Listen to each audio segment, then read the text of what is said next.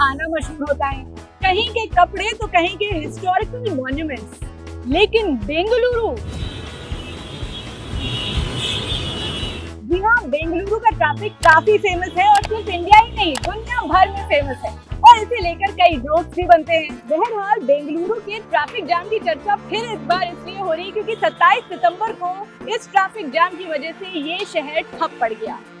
हालत ये थी कि लोग 5-5 घंटे में दफ्तर से अपने घर पहुंचे। जो बच्चे स्कूल की छुट्टी होने के बाद स्कूल से निकले थे वो रात के 8 और 9 बजे अपने घर पहुंचे। और इतना ही नहीं, उसी जाम में फंसे हुए लोगों को इतनी भूख लगी कि उन्होंने पिज्जा तक वहीं ऑर्डर कर दिया और इन सब की तस्वीरें खूब वायरल हुई। वहीं इस बीच कुछ हैरान करने वाली खबर आई क्योंकि कुछ रिपोर्ट्स में दावा किया कि कर्नाटक सरकार ने बेंगलुरु में कार पूलिंग पर ही प्रतिबंध लगा दिया है। हालांकि बाद में परिवहन मंत्री ने वहां के इस खबर को गलत बताते हुए सफाई दी। We have not banned. Who told you? We banned. The state government has announced. No. Who told? So show me.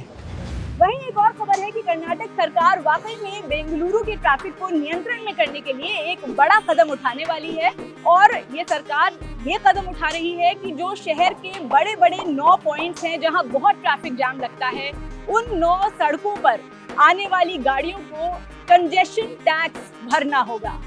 लेकिन सवाल ये कि बेंगलुरु के साथ ये ट्रैफिक की समस्या होती क्यों है? भाई, इतना बड़ा शहर, IT hub, silicon valley of India और हर सुविधाओं से लैस बेंगलुरु में आखिर प्रॉब्लम क्या है? तो प्रॉब्लम है यहाँ की बढ़ती पॉपुलेशन, यहाँ का बढ़ता शहरी इलाका, यहाँ पर खराब पब्लिक ट्रांसपोर्टेशन और शहर की अव्यवस्थित प्लानिंग। बढ़ती पॉपुलेशन, बेंगलुरु की पॉपुलेशन तेजी से बढ़ रही है क्योंकि दूसरे शहरों से भी लोग आईटी शहर में अपॉर्चुनिटीज ढूंढने यहाँ पहुँचते हैं।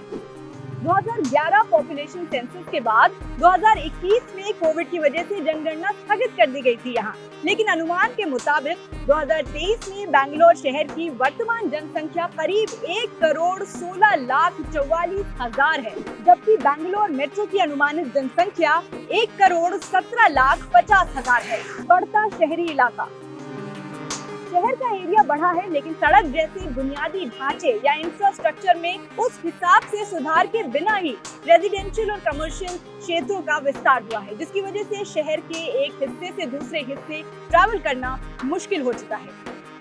खराब पब्लिक ट्रांसपोर्ट, अच्छे पब्लिक ट्रांसपोर्टेशन ऑप्शंस की कमी ने प्राइवेट व्हीकल्स के उपयोग को बढ़ावा दिया है, जिससे पहले से ही भरी हुई सड़कों के नेटवर्क पर भीड़ बढ़ गई है। वहीं सड़क किनारे पार्किंग जो अक्सर पूरे शहर में पाई जाती है, इससे भी ट्रैफिक समस्या बढ़ जाती है और शहर की बेतरतीब या अव्यवस्थित प्लानिंग भी ट्रैफिक समस्या की जड़ है।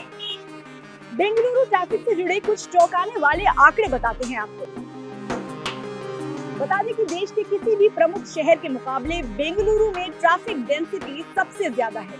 जैसे कि फिलहाल बेंगलुरु की अनुमानित आबादी 11 मिलियन है, यानी 1,10,00,000, तो शहर में करीब 12.5 मिलियन यानी 1,25,00,000 गाड़ियां हैं, जिसका मतलब है कि शहर में रहने वाले हर शख्स के लिए एक गाड़ी है। 2022 की एक रिपोर्ट के मुताबिक लंदन के बाद बेंगलुरु दुनिया का दूसरा सबसे कंजेस्टेड शहर है। बेंगलुरु के लोगों को 10 किलोमीटर की दूरी तय करने में करीब आधा घंटा लगता है, जो दूसरे शहरों में सामान्य तौर पर करीब 15-20 मिनट होता है। तो बेंगलुरु की ट्रैफिक समस्या कम होने का नाम तो नहीं ले रही है। आए दिन बेंगलुरु का ट्रैफिक चर्चा में रहता है, तो ये बेंगलुरु के लोगों के लिए परेशानी का सबब जरूर बनता है, लेकिन बाकी जनता के लिए ये खाली मीम्स और जोक्स का जरिया बन जाता है। तो अगर आपके पास भी बेंगलुरु के ट्रैफिक से जुड़ी कुछ इंटरेस्टिंग बातें हैं तो हमें कमेंट सेक्शन में जरूर बताएं। वीडियो को लाइक करें और चैनल को सब्सक्राइब करें।